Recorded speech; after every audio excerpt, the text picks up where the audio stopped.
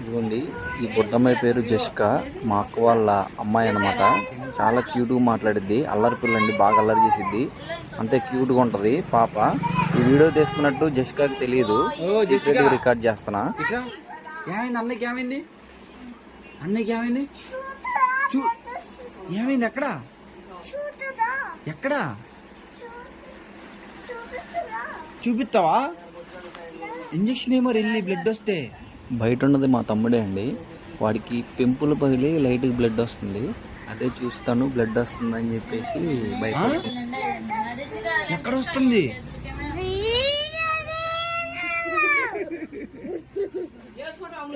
Video.